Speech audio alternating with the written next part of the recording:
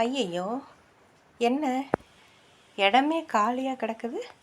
எங்கே மேடத்தை காணோம்? சின்ன மேடம் எங்கே போயிட்டாங்க? பெட்டு காலியாக இருக்குது அப்படின்னு நினைக்கிறீங்களா? இனிமேல் பிங்கி செல்லம் எங்கே இருப்பாங்க அப்படின்னா, இங்கே பாருங்கள், இந்த திவான் கடியில் தான் எப்படி படுத்திருக்காங்க பார்த்தீங்களா? பாருங்கள், காலெல்லாம் எப்படி வச்சு எப்படி படுத்திருக்காங்க பாருங்கள். மூக்கு மட்டுமே தெரியுது.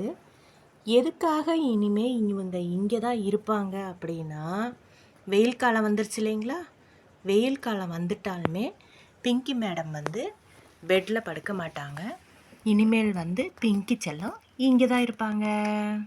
இங்கே தான் பார்க்கணும்.